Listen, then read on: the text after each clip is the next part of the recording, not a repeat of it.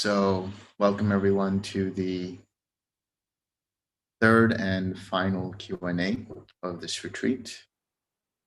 As I've said before, you're welcome to ask any questions regarding the practice, regarding your understanding, whatever you read in the suttas, and anything related. So that in mind, who would like to get started?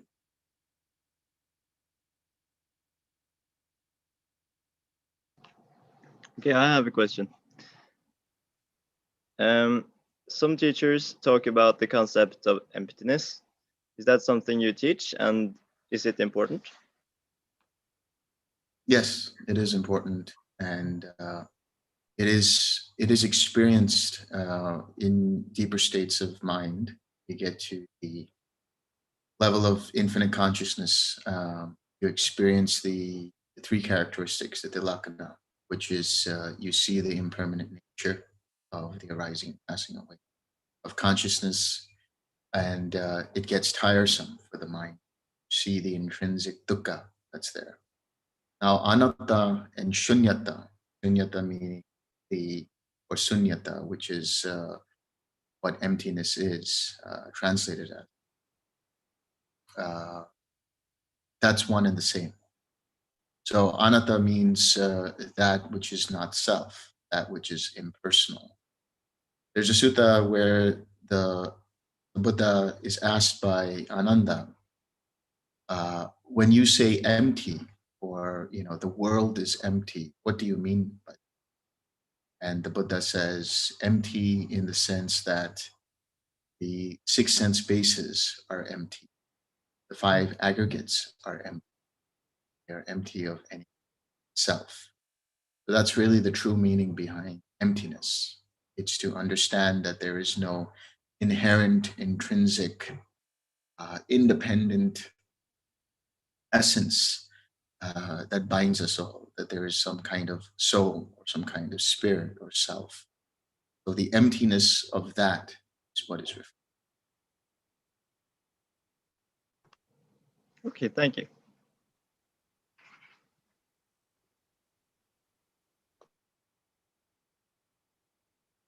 I have a question. Once we're already having the intention of sitting 5 minutes more every time, we become restless. At that point, does it really matter if we're doing, for instance, a lot of shorter sits or fewer longer sits? Is it just personal preference, or should we always be aiming to do fewer longer sits? Yeah. So it really depends upon your schedule. If you can sit for about half an hour to an hour every day as a routine process throughout your daily schedule, then that would be good. What I recommend is if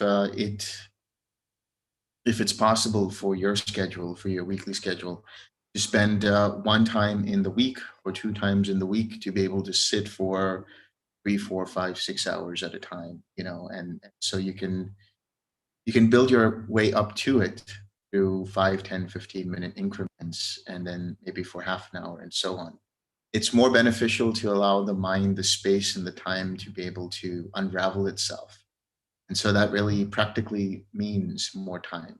You have to have the time for the mind to get deeper into quiet mind, get deeper into neither perception and non-perception, get deeper into the signless state, so that you have enough time for the mind to let go of all formations and get into cessation.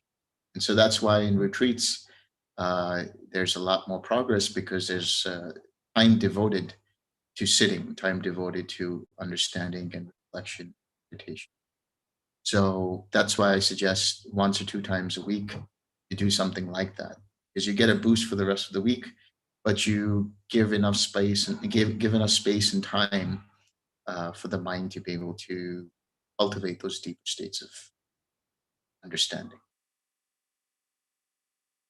Okay, thank you. But I was referring more to the sense, just to give an hypothesis.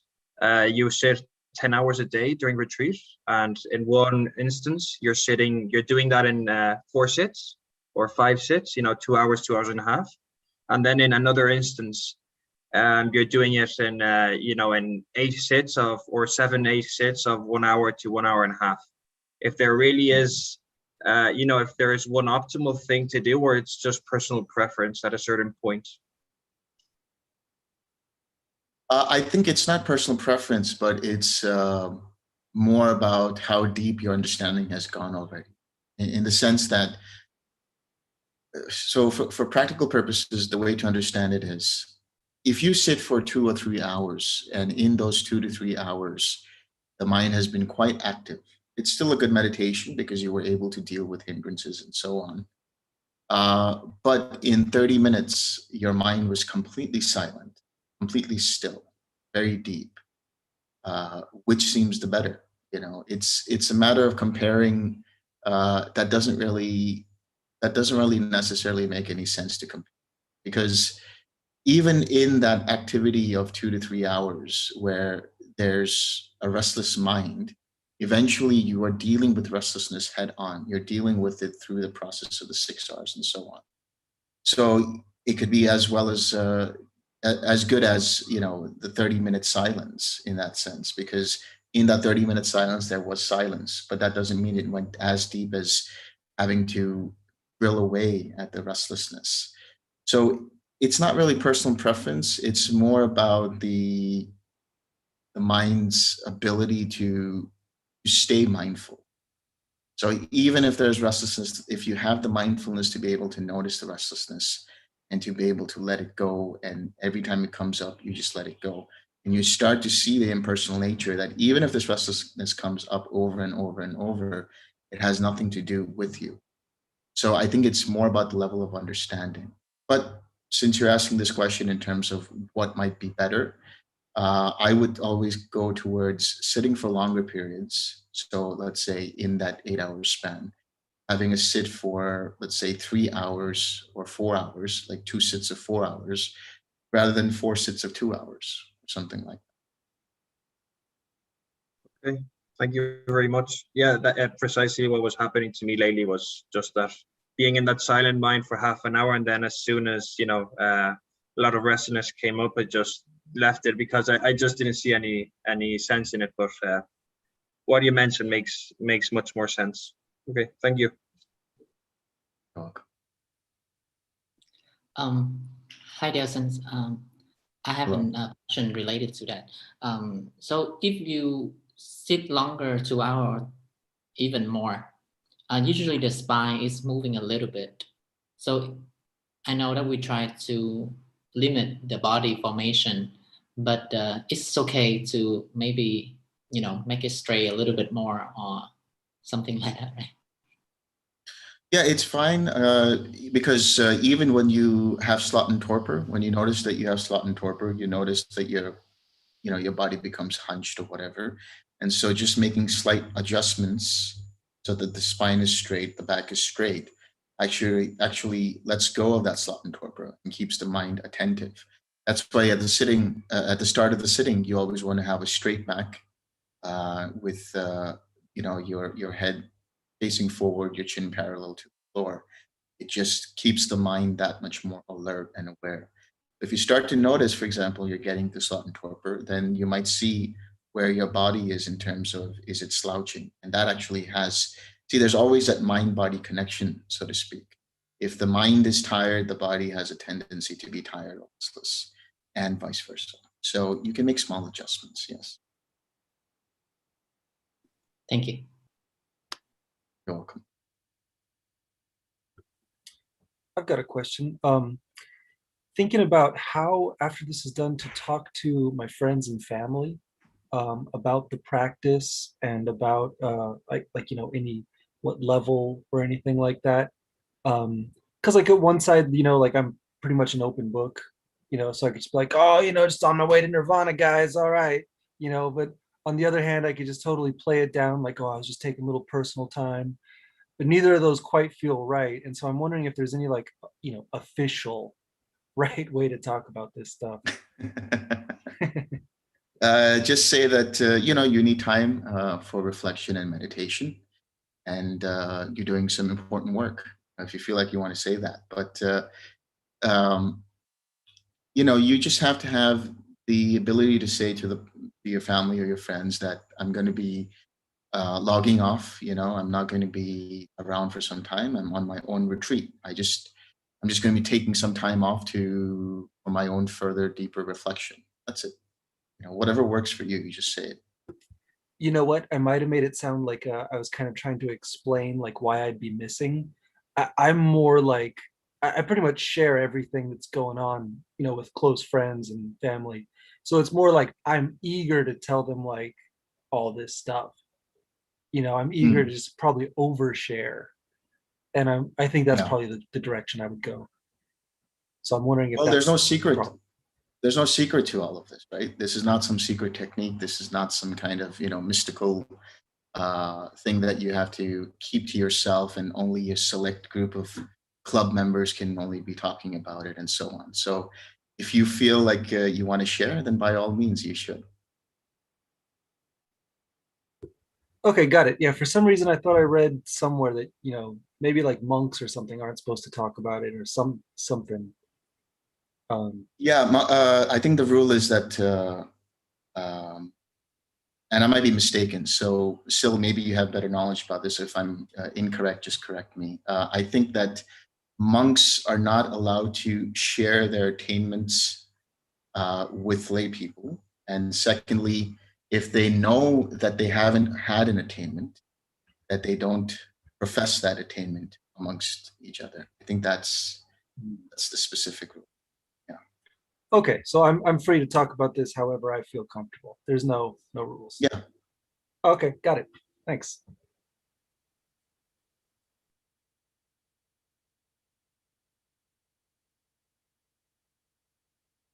So I have another question. Well, that reminded me that that last question reminded me of Fight Club. Is it Fight Club? No, yeah, I think it is. Fight Club. Yeah, Yeah. that's right. So my my question is how maybe you have knowledge about this. How did monks learn in the Buddhist time? How did they learn about meditation, or not the meditation but right view in general? And maybe how we could apply that nowadays, because nowadays I'll just go further into my question. There's so many Dhamma talks, there's so much everything that I find myself just going through Dhamma talks, and it ends up being like a black hole where I end up not learning as much as I think I should be learning. So if you have any insight on how Buddhist monks learned back in the days, or how that can apply nowadays and so on, that would be great. Yeah. So yeah, coming to right view, we have the two kinds of right view. We have the mundane right view and the super mundane right. The mundane right view has to do with certain views regarding karma, regarding rebirth, regarding acknowledging one's birth through one's parents and having gratitude for that, acknowledging that there is a path leading to, nibbana, leading to the cessation of samsara, leading to a way out of samsara. Because back then in ancient India, whether it was Buddhism or Jainism or Brahmanism or any kind of sect of Hinduism, let's say. Of course, the word Hinduism didn't really exist then, but all of that had to do with the idea of freedom, had to do with the idea of liberating from existence, meaning liberating from conditioned existence, liberating from samsara. So in the Buddha's time in ancient India, there were so many different types of view. And so one type of view led to a certain kind of experience, and another kind of view led to a different kind of experience. Whereas here, for the purposes of experiencing Nibbana, first to get your views straight in terms of understanding the very basics in regards to, of course, ethics and morality in terms of sila, understanding the importance of the precepts and why we take them, and then maintaining those precepts. And then understanding why certain parts of that mundane view are important. For example, you don't need to believe in rebirth, but you need to have the open mind, be able to say, okay, I'm willing to listen and see what this is all about. And then through your own experience, you start to validate and confirm some of these things. we have the rebirth, we have the understanding of rebirth in terms of the macro level from one existence or one lifetime to a new lifetime. But we also see the rebirth of consciousnesses in every moment. So it's a matter of having those things in terms of those views in alignment with the Dhamma. And when it comes to teaching or listening to Dhamma talks, you should look at it in this way. The Buddha taught essentially two things. He always said, anything I say, I always teach two things. That is, number one, suffering, and number two, the cessation of suffering. So he encapsulated the Four Noble Truths into these two. What is suffering and how do I get out of suffering? So any teaching, any Dhamma talk that you go through, using that as your litmus test, as the Four Noble Truths as your litmus test. And within the Four Noble Truths, the Eightfold Path. If what is being taught is in alignment with that, then you know that you're on the right track. If it's in alignment with understanding suffering, if it's in alignment with abandoning the causes of suffering, understanding deeper the mechanics of dependent origination, understanding how to let go of the links of craving, clinging, and being, so that you don't cause the rebirth of conditioned action that continues to bind you to samsara, continues to bind you to suffering. And it lets you experience the cessation of suffering. So that means the practice or the tips or the tools or the suggestions that are being provided, do they lead you to deeper meditative practices that let you experience the cessation of suffering? And of course, like I said before, are they in alignment with each of the steps of the Eightfold Path? Okay, thank you very much. You're welcome. I actually have a comment on that. And I thought, I thought that not only, I thought that process of evaluating the teachings, and also like you just mentioned, is also quite applicable to our daily life as well. Like a mother trying to find her child a good teacher, a good English teacher, how to evaluate a teacher. We look at his knowledge, we look at his practice, but we also look at his student. How are they doing? The same with like how we find a good doctor, for our mom who are sick, among so many doctors out there, how do we have the skill and the knowledge in able to evaluate which one is appropriate? So I think it's really interesting. That's a very good point. Yeah. Go ahead, please. I just think it's really interesting how everything is quite applicable in a way. That with the Buddha, who when he tried to find the teachers to reach enlightenment, and he always question and reevaluate their attainment to make sure that it's it's the final, I guess. Yeah, coming to that, that's an important factor. Number one, being able to see, let's say, listening to a teacher, first and foremost, do they themselves practice what they teach? Are they themselves in alignment with the Dhamma? Are they themselves practicing right intention, right speech, right action, right livelihood, and so on? And secondly, coming to the Buddha, before he became the Buddha as the Bodhisattva, he went through different processes and different practices, and then came across the two teachers. And the first teacher got him all the way to the level of nothingness, but he experienced nothingness and saw that there was something beyond. He saw that this was not it. The second teacher then got him all the way to neither perception nor non-perception. And there too, he saw that this is not it.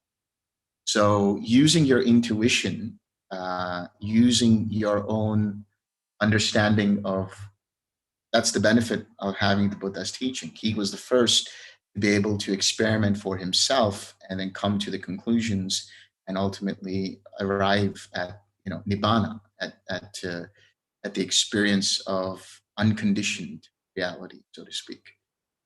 So having experienced that and then giving the teachings, we have the benefit of going back to the suttas and then for ourselves being able to verify and confirm where we are at in terms of the stage of the practice as well.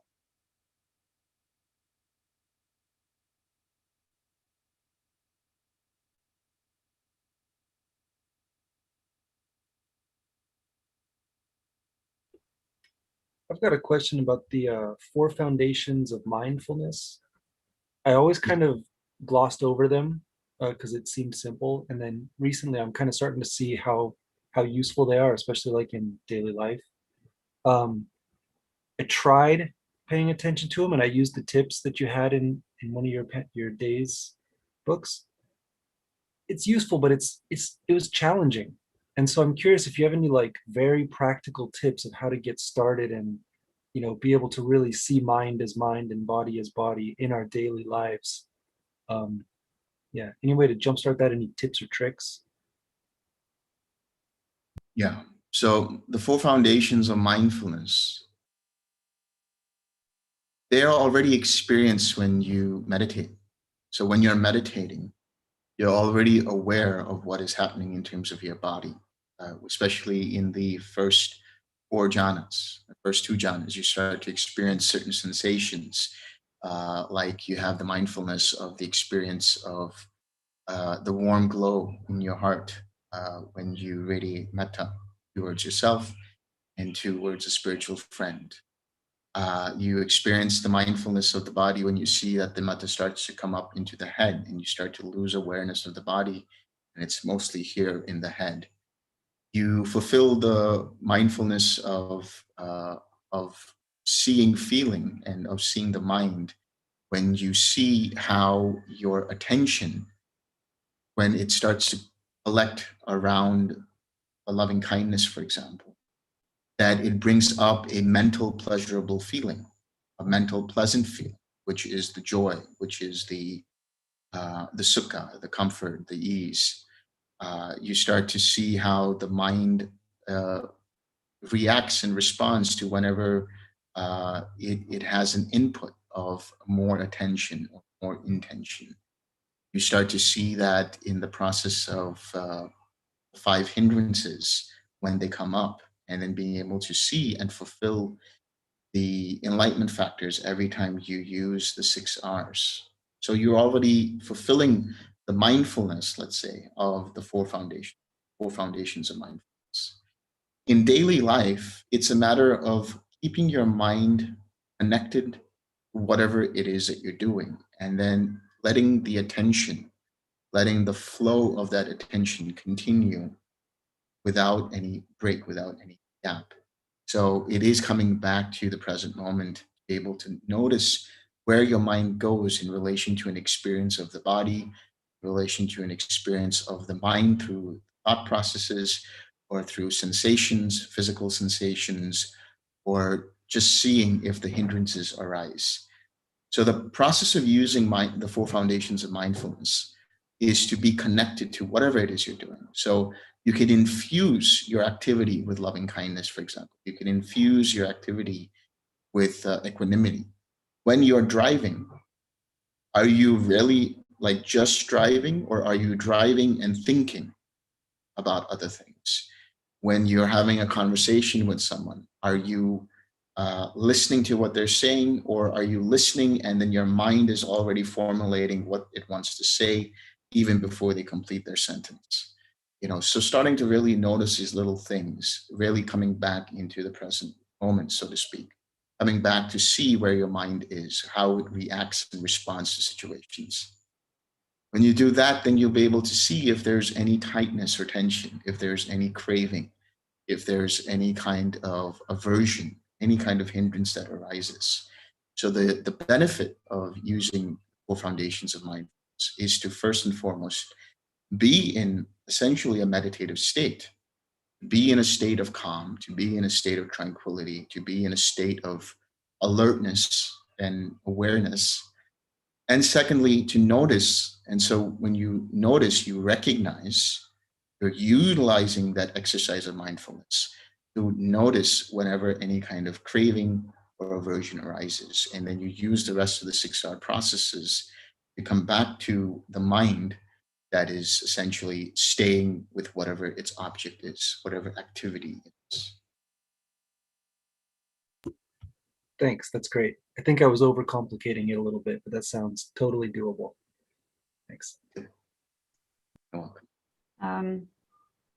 About that, maybe to clarify, sorry, I don't think that you need to be able to, in the moment, divide it in this is that foundation and that is that foundation. So that might make it simpler. That's Yes, exactly that's what a I was very doing. good point. Yeah. Good.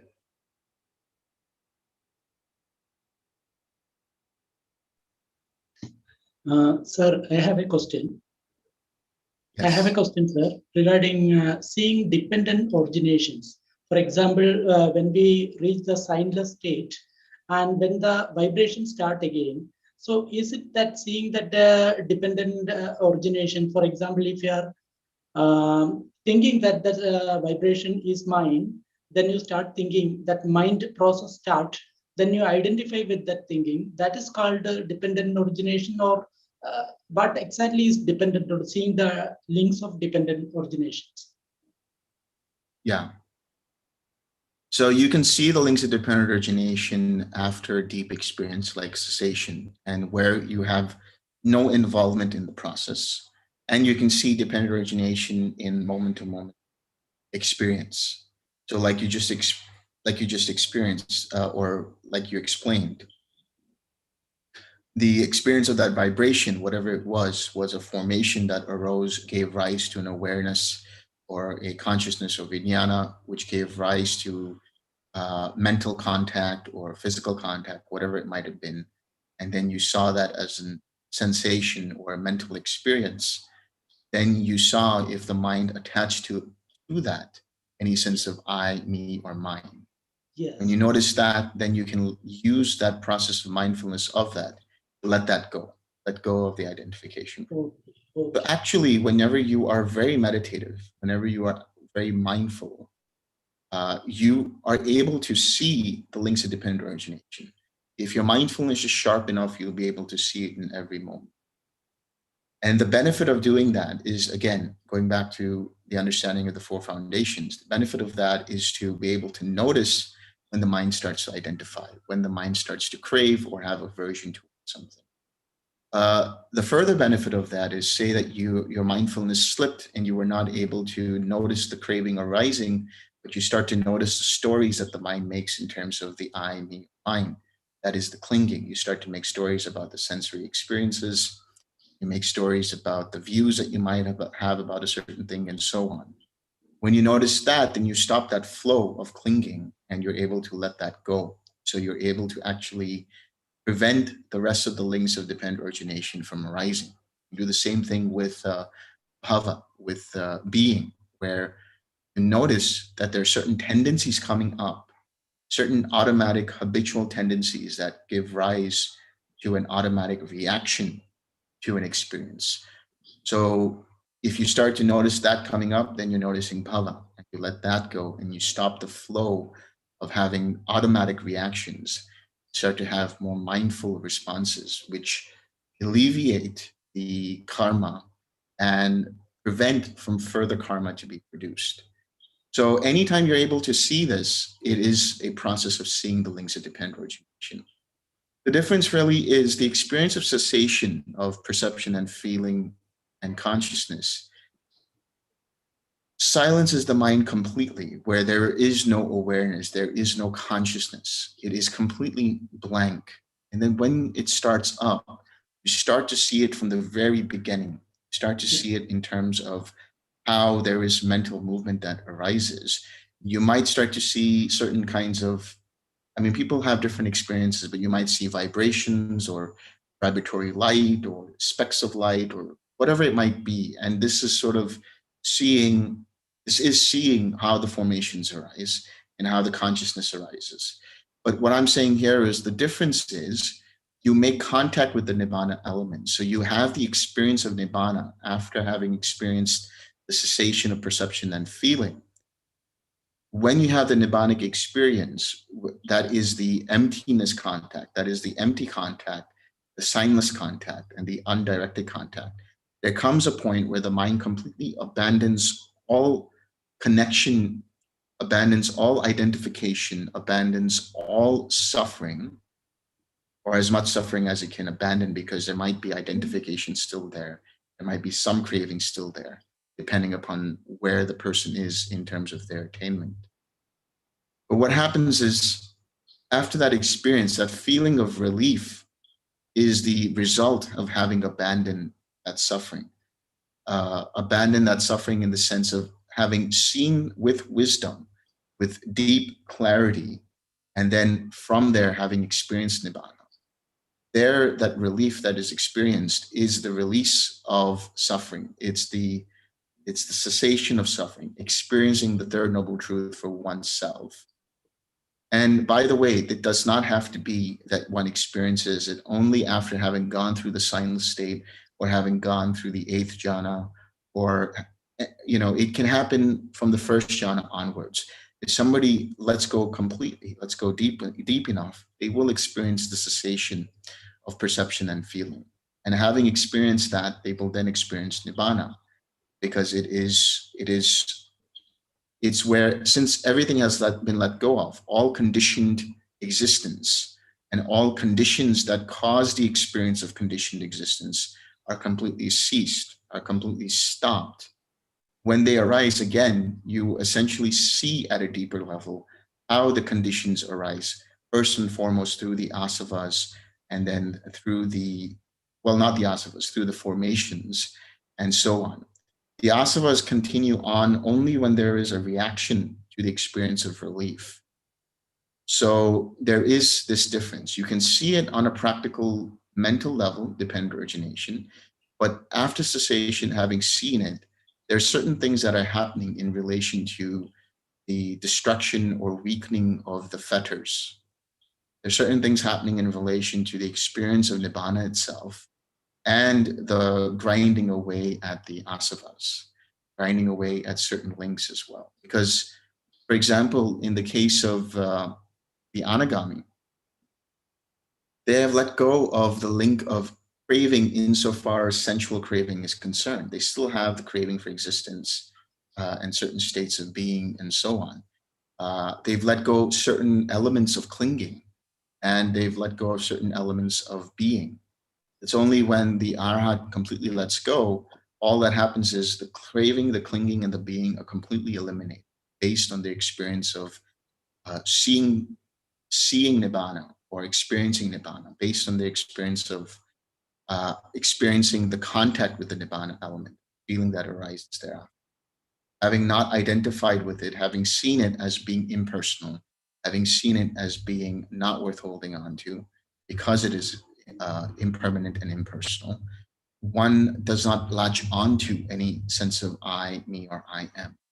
Because of that, all the other fetters, the higher fetters, are destroyed along with ignorance. So it is definitely important to be able to start to recognize the links in your daily practice, in your daily living, because then that gives rise to sharper mindfulness in your meditation practice. And then that allows you the ability to then be able to see it when you make contact with Nibbana after cessation, the ability to see the formations arise, then the rising of the contact. Because what happens is, when the formations arise initially after cessation, those formations are pure. And because those formations are pure, the consciousness is pure as well. It's undefiled consciousness. That consciousness then gives rise to a certain state of being in terms of contact. When that contact arises, it is also pure. That feeling is pure. But then, having identified with that experience of relief, that feeling of relief, then the next set of formations that arise become fettered by either the conceit, the craving, and ignorance, or all three, depending on where one is, at what stage, and so on. So coming back to seeing this, being able to see the links of dependent origination and being able to recognize them using the 6R process and letting them go, you're able to better see it in your own meditation practice, and you're having deeper clarity when the experience actually arises, so that you're able to let go completely and not identify with that whole process. The second part of that is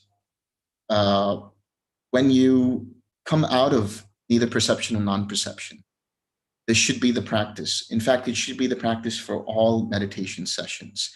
After you come out of your meditation practice, you want to spend like maybe 4 or 5 minutes to really just look back and review what happened in that process. Because there are sometimes certain things that the mind is not able to completely be aware of or be able to catch, especially in neither perception or non-perception, but even sometimes in other states of awareness, other states of understanding, other jhanas. And this continues to exercise the mind's ability to review the process. Because what's happening then is when you go into the experience of cessation and come out of it, the mind automatically does that. It automatically reviews what has happened and sees that there has been some kind of change, some kind of shift in the personality, some kind of shift in the perspective. Thank you, sir. Thank you. Thank you. You're It's welcome. clear.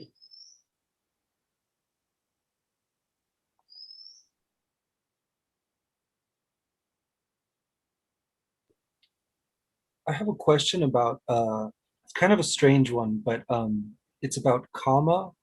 And I got a couple questions about harsh speech, but the interesting one that's been just bugging me for a long time is harsh speech in the age of mass production and digital copies.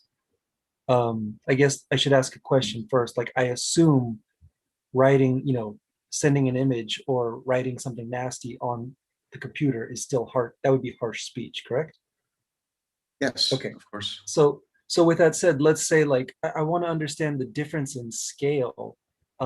Let's say the intention is the same no matter what, but if I were to say something harsh, in a chat or an email, that's one thing.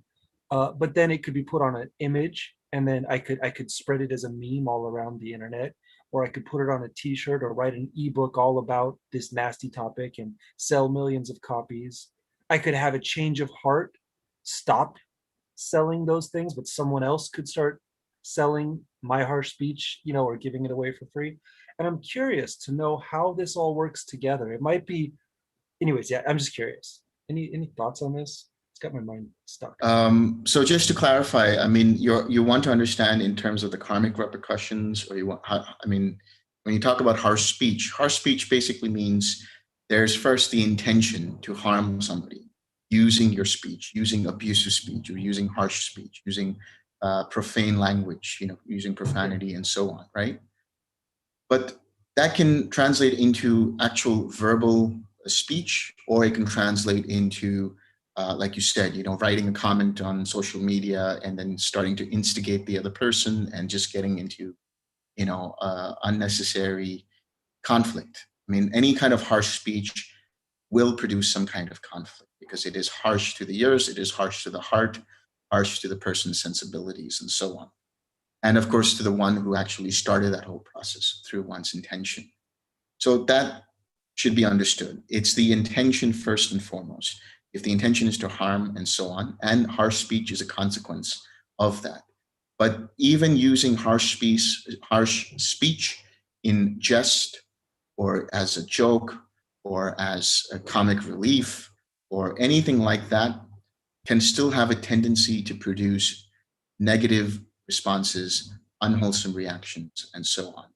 So it's only actually continuing the cycle of creating harm for another person, even if the intention was not there. Even using it as a way to alleviate the situation, as a way to try to resolve the situation, there is always going to be somebody who misunderstands that harsh speech. Even when you're amongst your friends and let's say, whatever happens in terms of your whatever banter that you might have, and you start to get into harsh speech or abusive speech, or start to joke around with that, somewhere in the mind kind of just takes that as something that is negative, has some kind of a aversion towards it. And for some people, they can start to focus more on that, and that can create one to have ill intentions and resentment and so on and so forth. So harsh speech, there are degrees of it, but no matter what the degree of it, no matter what the intention is, it is bound to cause some kind of suffering in somebody. Yeah, I can say I'm always been a bit of a connoisseur of harsh speech, and I can say that everything you've just said is true. Like I've watched it all happen. But to get to the specific question, I think what I mean is scale. Let's say with the exact same level of intention, I just make a meme, a little image that just says like nasty stuff. Just like, oh, I'll send this to 2 friends. If that goes out to 1 billion people and makes it to billboards, is it somehow different karmically than something that just gets spread back and forth between a couple friends? Yeah, I see what you mean. Yeah. What you do with that, in terms of whether you share it with your friends or whatever you do in terms of your actions, that comes back to understanding karma in the sense that you are responsible for your own actions. You're not responsible for how people take that. You're not responsible for what happens in terms of if they propagate that and so on and so forth. Then that is their intention, and that is their karma. Because in that, let's say, 1 billion people look at it, there might be one person there saying, or there might be 10,000 people in there saying, I'm not going to share this because I don't like this and it's harmful to me and I don't want to share. That's their karma. They stop that process for themselves. So you are responsible only for the actions that you take. And so any effect that you experience in the way of either unwholesome or wholesome states, physically, mentally, verbally, is a result of anything that you've done. It's an immediate, or it can be an immediate effect, or it can be a prolonged effect, or it can be an effect that happens subsequent, maybe many years or even lifetimes. But you yourself, in that sense, are the owner of your karma, inheritor of the effects of your karma. I spent way too long thinking about this question over the last few months, and when you answered it right now, it's like, yeah, that makes total sense. So thanks. I have a follow-up question onto that, because I think I know the answer from what you said, but just in case I want to ask it. So, for instance, imagine you're a father or mother, and you have to punish your son or daughter. Just time them out for 5 minutes. A 3-year-old, and you do it with the intention of a correct, wholesome intention of teaching them that, I don't know, something is bad. But you're causing suffering in them in that moment. What is that? A mixed kamma? Is that wholesome kamma? How would that go? Yeah. Again, it depends upon the intention, and it depends upon the process of actualizing that intention. So you can still, let's say, reprimand a child. You can still reprimand your children in a way that allows them to see the consequence of their actions. So in terms of parenting, one can show that because you did this, and so now I have to give you a timeout. Do you understand now that there is an effect of your actions? If you behave in a certain way, you will have certain repercussions. So if the parent, first and foremost, has the awareness and understanding of this, then they won't use harsh speech. They won't use harsh action. They won't use wrong speech or wrong action in general, and use wisdom, use mindfulness, and use the ability to show their child, try to teach their child the Dhamma through this cause and consequence. So one can still give the child a timeout, or say, you don't get dessert today because you did this or whatever. So it's a way of pointing out, this is the action that you caused. This is the consequence of that. So it can still be done in a way that doesn't cause, let's say, mental trauma to the child. But of course, the child will still have some kind of suffering. I mean, suffering is inevitable in that sense. but you can reduce the intensity of that suffering by giving them some more clarity on why they're suffering. Okay, thank you. So another follow-up. But I have to give you the Sorry. caveat. Now I have to give you the caveat also that I'm not a parent. I can only give you my experience from other parents. Yeah, unfortunately, I'm not one either. I am too young yet. So I have yet another question on that, not on the parenting thing, on the Kamma thing. Yeah. So so I'm guessing here that as the point of view of a meditator, you will always have to have right view in order to generate good karma with all your actions. And I just wanted to give another example in the sense, there are people that are very deluded and they think that they are helping the world by killing other people, for instance, breaking a precept. So for instance, if a person doesn't have right view, it could be said that they could be generating wrong karma in nearly all of their actions. Yes, that's a good point.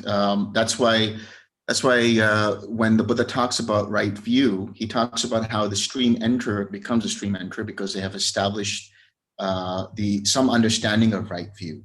They have entered the stream of the Dhamma, entered the stream of this path, which starts with straightening the view, which starts with straightening one's view, which becomes right view. Otherwise, they are liable. So if they don't have the right view, they are liable to lower states of existence, not only in terms of the macro level, but even on the day-to-day living. You are liable to have experiences that are basically painful, that can cause a lot of suffering for yourself.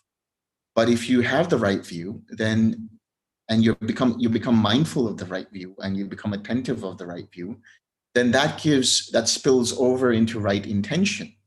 And that right intention is an intention to kamma, or renunciation, not taking any of that experience as me, myself, or mine, seeing it as being impersonal, seeing it as being temporary.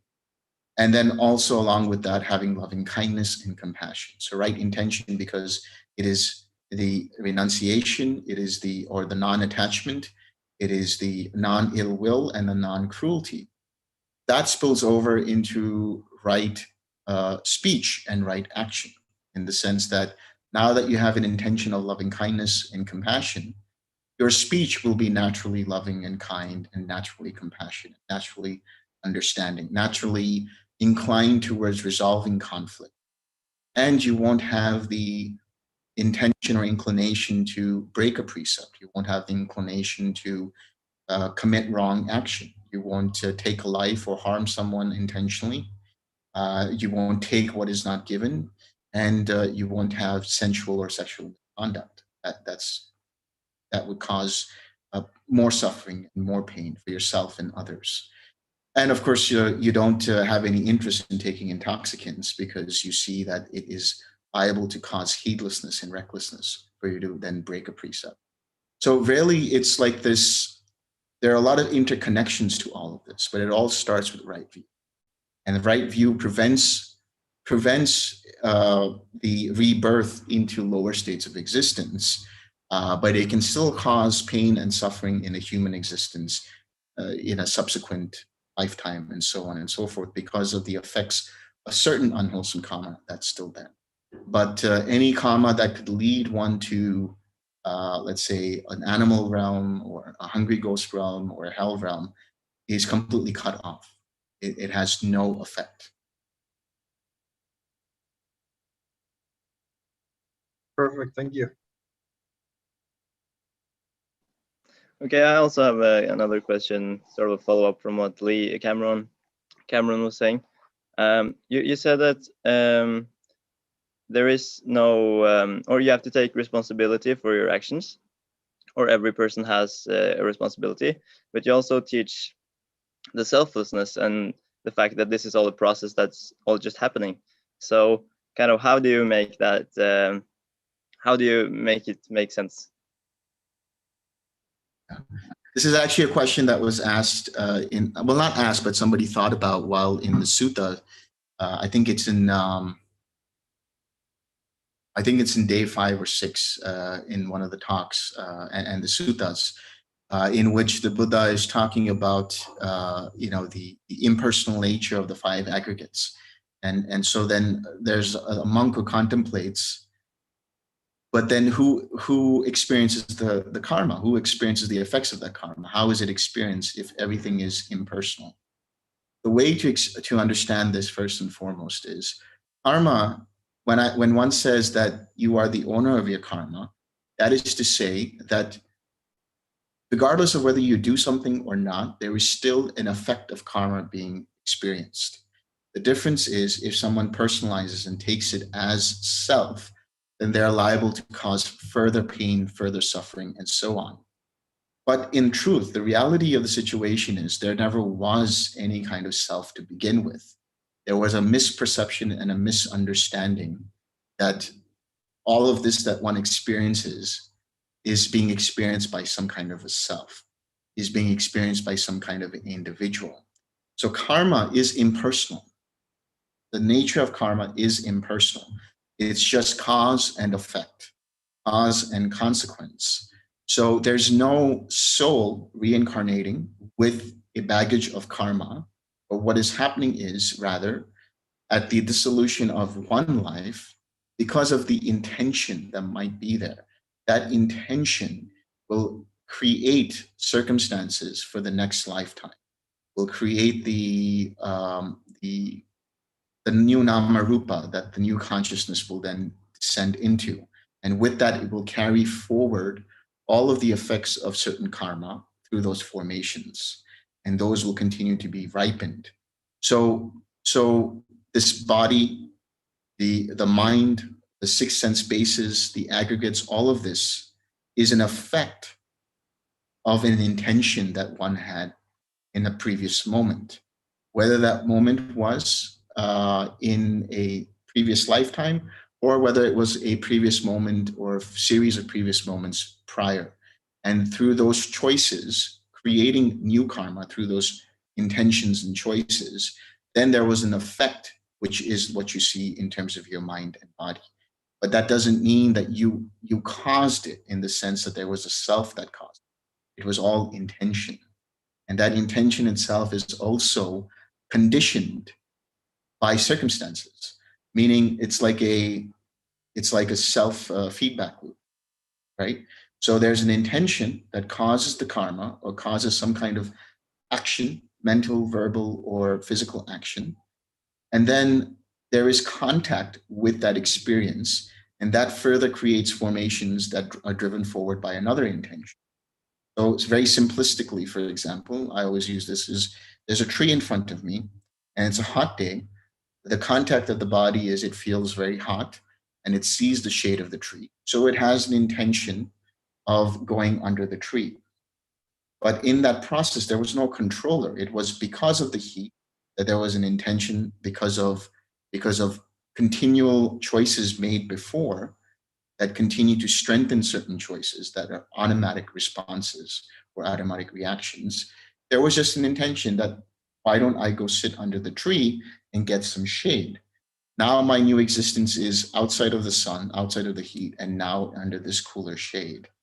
So existence is impersonal in that sense. It's brought about because of intention, and that intention driven forward by craving. That craving is the thing that takes it personal.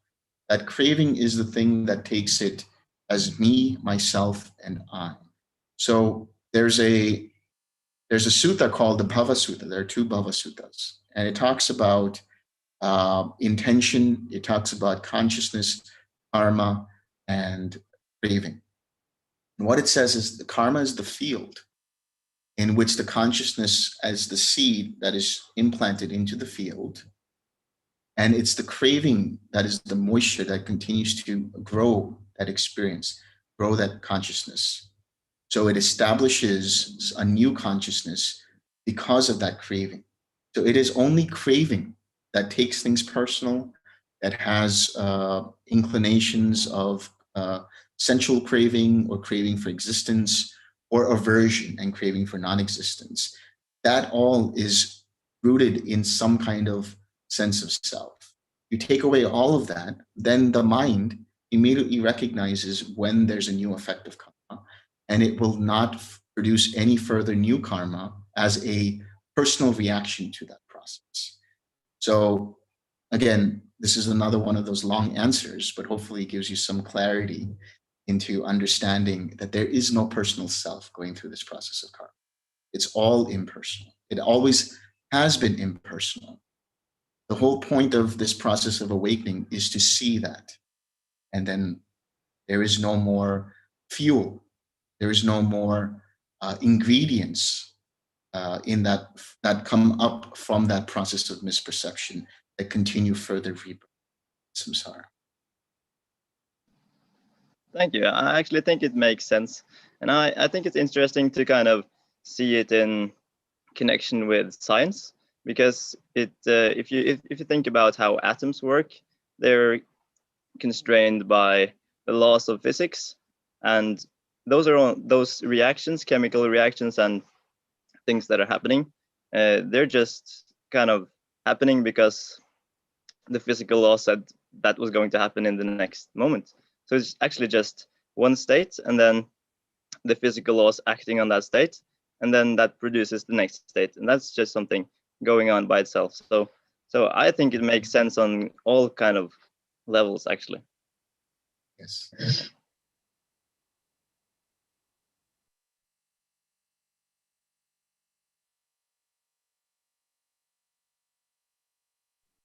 So I have a question. When it just came up to me when you mentioned about the tree and the tension with the heat and everything.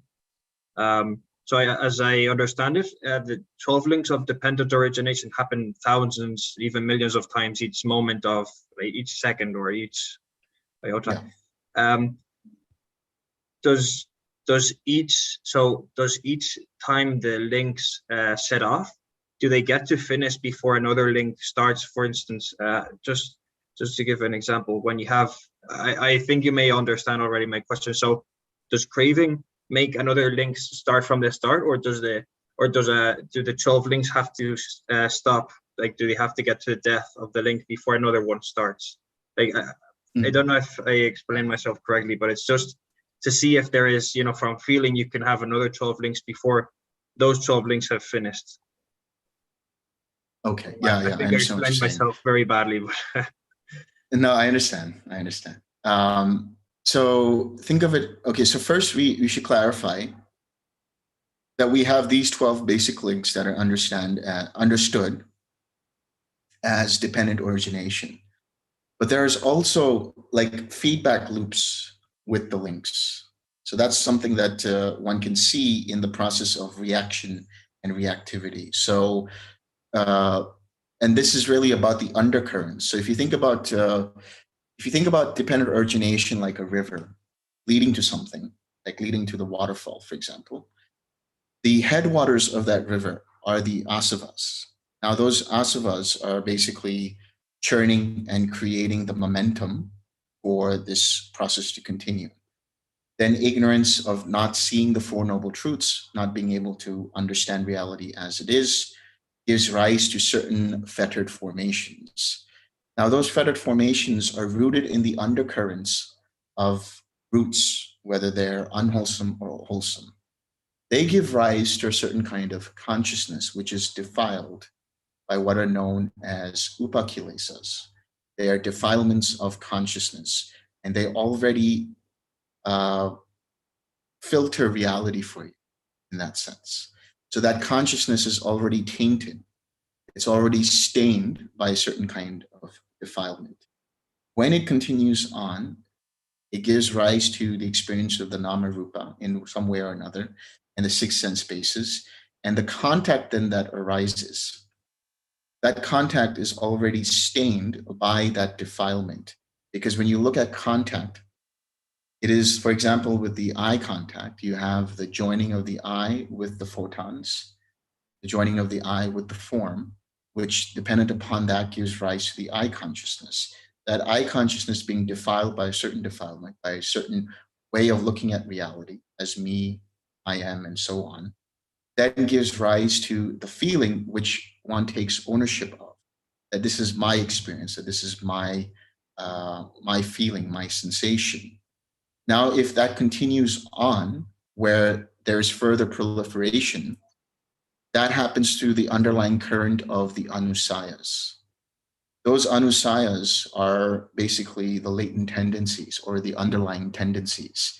And these are the tendencies towards having further craving, the tendency towards having aversion, the tendency towards ignorance, towards conceit, towards doubt, towards views, and so on. And all of these are underlying the experience, the sensation or the mental feeling or whatever the experience is.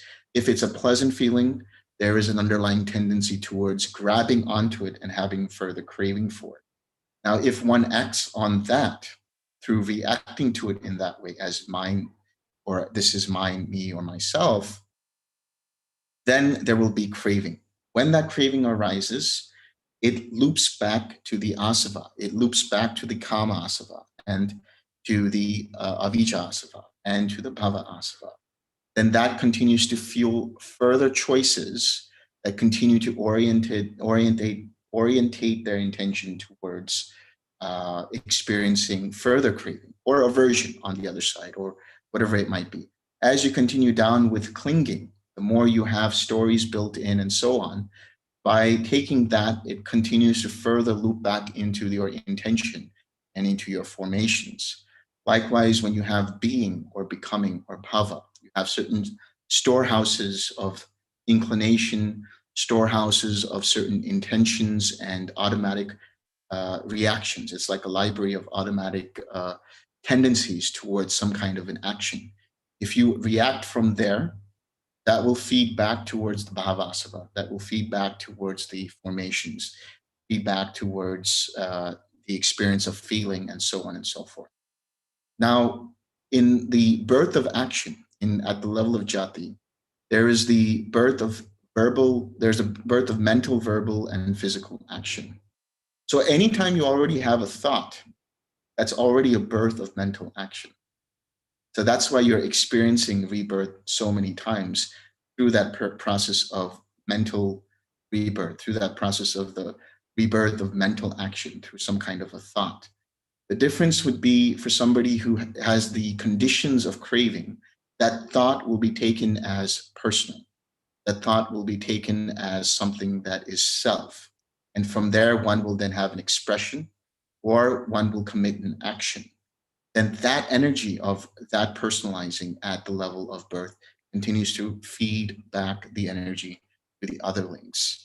So it's this whirlpool, or these different whirlpools that happen as the undercurrents of these links in the form of the unwholesome roots, in the form of the defilements, in the form of the underlying tendencies, and in the form of the inclinations that are there in bhava. So using that analogy of the river, it is always going to be linear, but it continues to re-energize itself at different parts, in different eddies and whirlpools within that river. And then it's only at the waterfall. So right before the waterfall is the becoming, is the bhava. That's where you can stop it. But once you have the waterfall, there's no way to come back. There's no way to stop the flow, no way to turn the boat around. So the action, the rebirth of action, is where nothing can be done in terms of, you cannot recall that action back. So you have to be very mindful of the thoughts, because those thoughts themselves are also rebirth of action. That's why there's a lot more emphasis and importance given to mental thoughts or mental actions, because it's from there then that gives rise to a verbal action, which can then give rise to physical or simultaneous. Okay, thank you. That's actually, Did that clarify for you? Yeah. Yeah, it actually does clarify a lot, because from the basic understanding of the 12 links as a linear process only, I couldn't find much explanation as to how sometimes our thoughts can really get out of control. But by this explanation, it makes much more sense on how just a certain thought can just explode, and it can take some time to actually bring it down again. So yeah, it definitely makes sense. Thank you. And just to add to that, just to make sure that you understand this part, which is, since you have the underlying tendency at feeling, because it's between the feeling and the craving where there's the liability of craving to arise or nothing to arise, and therefore there won't be further feeding of craving, clinging, and being. And that is dependent upon how one reacts, or whether one reacts to a underlying tendency.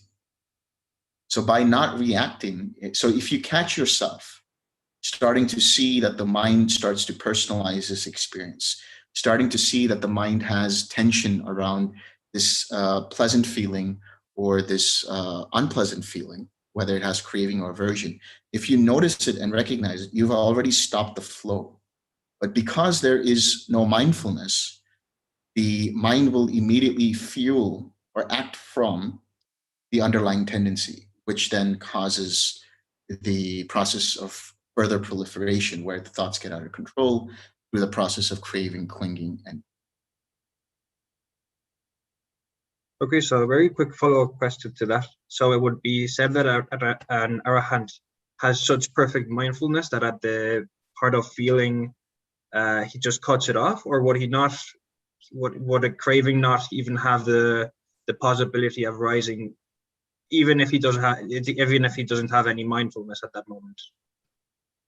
Well, that's the thing. I mean, the four foundations of mindfulness are sort of the default mode of the arahant's mind.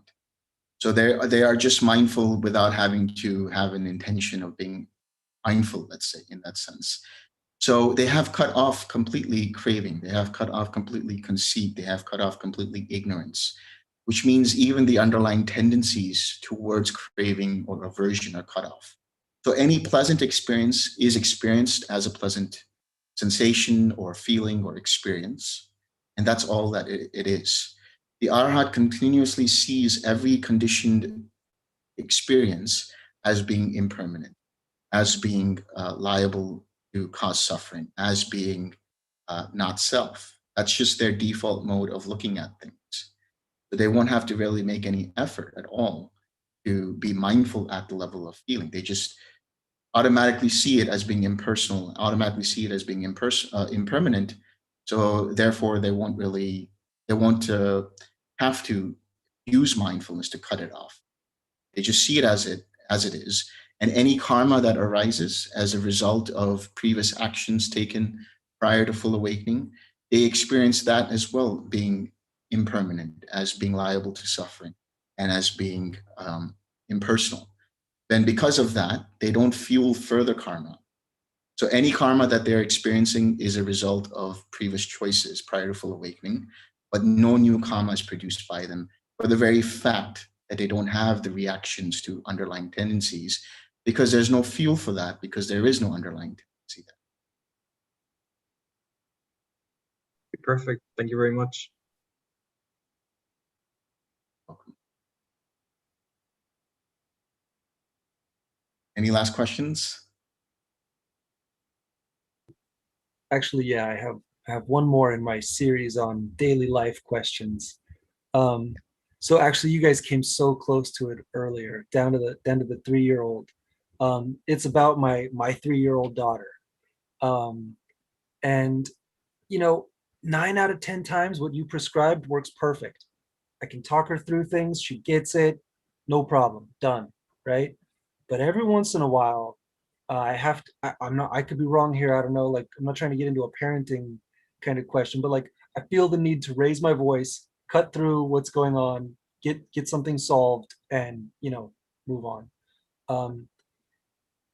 When I go through that, afterwards, I always feel a little dirty. I don't like going through that process, but I look back and I never really act out of anger. I'm never really saying anything unkind or all of that. It ticks all the boxes of being like okay, but it never really feels pleasant. So I'm kind of wondering if there's any thoughts on that.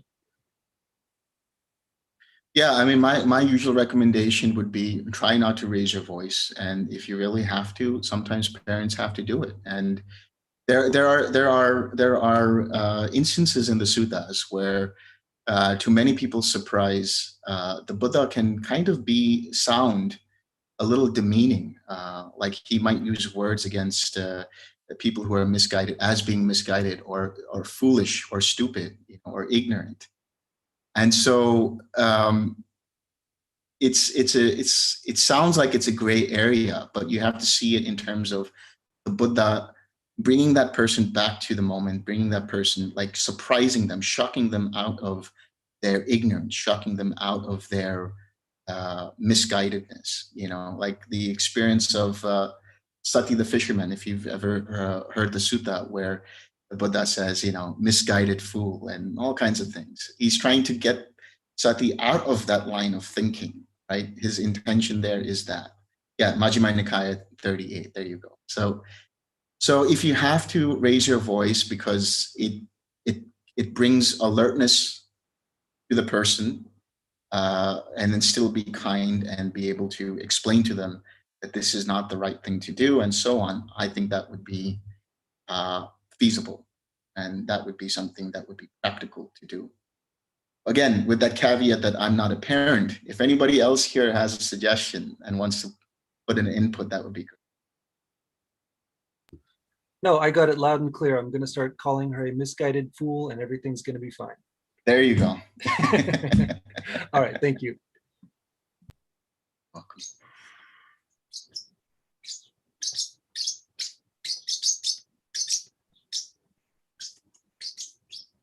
Did you have anything to add? Is it? Oh, okay, there we go. Okay, so before we share merit, I just want to thank everybody for attending the retreat. I want to thank Sil for facilitating the retreat and being the person who's hands-on, and the Suttavada Foundation, Kuhn and Kin, who are also in the background making sure this whole process is very smooth. So thank you, everybody. Thank you. Thank you all. May suffering ones be suffering free, and the fear-struck fearless be.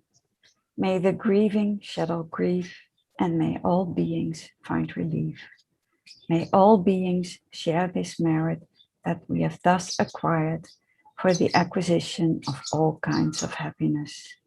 May beings inhabiting space and earth, devas and nagas of mighty power, share this merit of ours.